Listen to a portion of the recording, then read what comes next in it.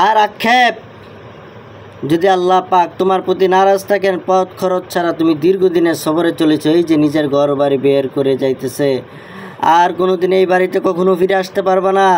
যদি কোনো ভয়াবহ স্থানের দিকে রওনা করেছ, যখন খাটের উপর রেখে জানাজার দিকে চারি স্থানের দিকে রওনা করেছ, চারিজনে কাঁধে লয়ে অগ্রসর হয় যখন খাটিয়া, তখন সন্তানরা হায় আমার মা, হায় আমার বাবা, হায় আমার অমুকজন বলে চিৎকার করে পিছনে দৌড়ে ছোটে, আর বাবা মায়ে হাই ছেলে হাই মেয়ে করে রুদন করতে থাকে।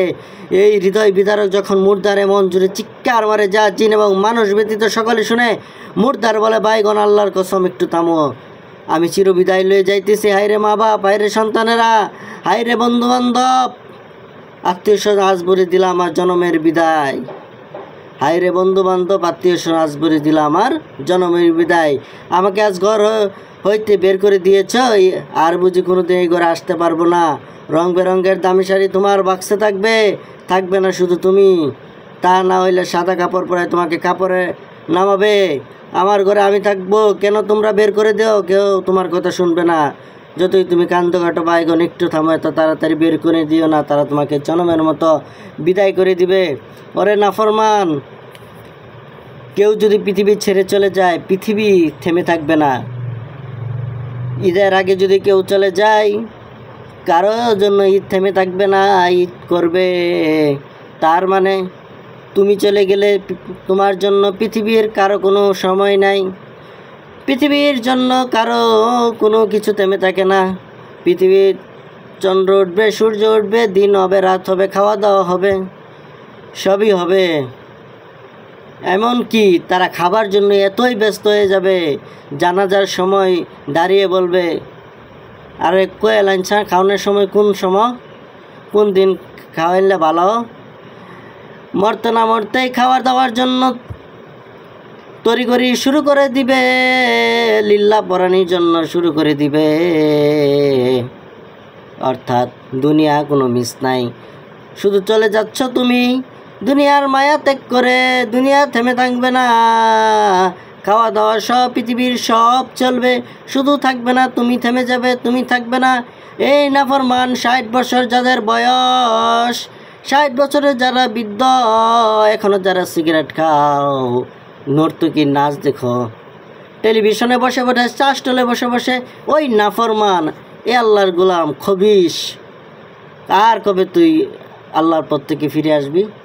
আর কবে কবে তোর সময় হবে? 60 বছরও তুমি গুনাহ ছাড়তে পারলা না, 60 বছর বয়সেও তুমি আল্লাহর পথে আসতে পারলা না, তুমি শয়তানের ওয়াসওয়াসা, এই সিগারেট মুখ থেকে তুমি ছাড়তে পারলা না। বয়স তোমার 60, আর কখন সময় হবে? কবরে গেলে সময় হবে? আরে সময় পাবি না, সেদিন ঠিকই আটকা পড়ে যাবি। আরে বুড়া বাবা, বুড়া বাপজান, তরুণ যুবক, মোবাইলের পিছনে নষ্ট করস, মোবাইল অশ্লীল ভিডিও দেখস। আরে mobile, PUBG, free fire, custom game তোকে বাঁচাইতে পারবে না। কত যুবক অ্যাক্সিডেন্টে মারা যায়। হাসর নাসর যাদের সাথে হবে, যে যে অবস্থায় মারা গিয়েছিল, যার সাথে যার মহব্বত, তার সাথে তার হাসর নাসর। তোর মহব্বত যদি ইয়ারফোন কানে দিয়ে গান শোনা হয়, তোর মহব্বত যদি নর্তকীর নাচ দেখা হয়, তোর গান যদি অশ্লীল, তোর মন যদি অশ্লীল ভিডিও হয়, তোর মহব্বত যদি খারাপ বেগানা নারীর দিকে হয়, কোনো খবিসের প্রতি হয়, ওই বিদ্যাদের প্রতি বলতেছি, যারা এখনও 60 বছরে কোনো মুখ থেকে বিড়ির দোয়া ছাড়তে পারো নাই, গাঞ্জা ছাড়তে পারো নাই, ইয়াবা ছাড়তে পারো নাই, ফেন্সিডিল ছাড়তে পারো নাই, ট্যাবলেট ছাড়তে পারো নাই, উমুক ছাড়তে পারো নাই, মাদক দ্রব্য ছাড়তে না, কবে ছাড়বি রে বাবা? আর কবে কবে তোর সময় হবে? মৃত্যু 1 সেকেন্ড আগেও আসবে না, পরেও আসবে না।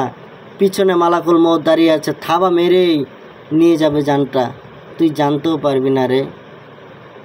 এই বিদ্যা বাবা, এই তরুণ যুবক, কেন আজ মোবাইলের গেম খেলত? চোখগুলা কেন নষ্ট করস? কেন আল্লাহ পাকের দরবারে কেন তুই সময় দেস না? কেন এত গুনাহ? কেন আমি আজও আমার মনকে মানাইতে পারলাম না? একটা অবৈধ প্রেমে আমি কেন জড়িয়ে পড়লাম? অবৈধ প্রেম ও তো একটা খবিস। অবৈধ প্রেমের যে নারী করে ওই নারী কখনো ভালো না, ওই পুরুষ কখনো ভালো না। ওই নারী কেন এখনো পর্দা করো না? কখন সময় হবে?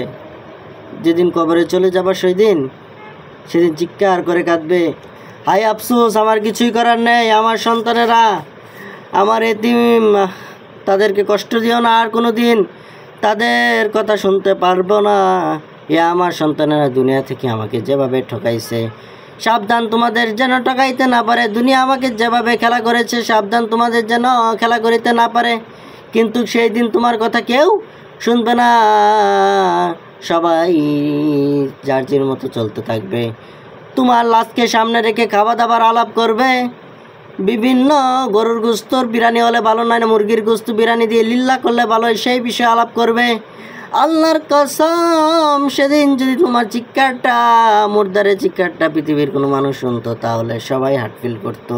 তাই বাবা, গুনাহ ছাড়, আল্লাহর পথে ফিরে আয়।